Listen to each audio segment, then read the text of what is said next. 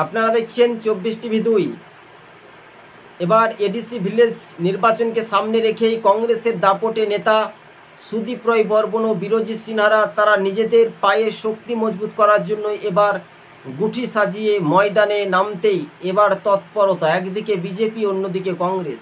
কার্যত উত্তর পূর্বের রাজ্যের ত্রিপুরায় কংগ্রেস বা বিজেপি কতটা ফাইট দিতে পারে, মাঝখানে কিন্তু জনজাতি ভোটাররা একটা রণকৌশল আসল কিন্তু তারা এই ফ্যাক্টর হতে পারে সূত্র মারফত খবর।